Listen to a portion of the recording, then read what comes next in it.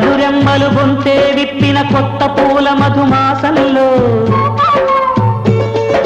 దుమ్మెద జన్మకు నూరేళ్ళెందుకు రోజే చాలులే చింతపడే చిలిపి చిలక చిత్రములే బ్రతుకు నడక పుట్టే ప్రతి మనిషి కనుమూసే తీరు మళ్ళీ తన మనిషై ఒడిలోకే చేరు మమతానురాగ స్వాగతాలు పాడ నువ్వే నవమల్లిక ఆశలే అందాలుగా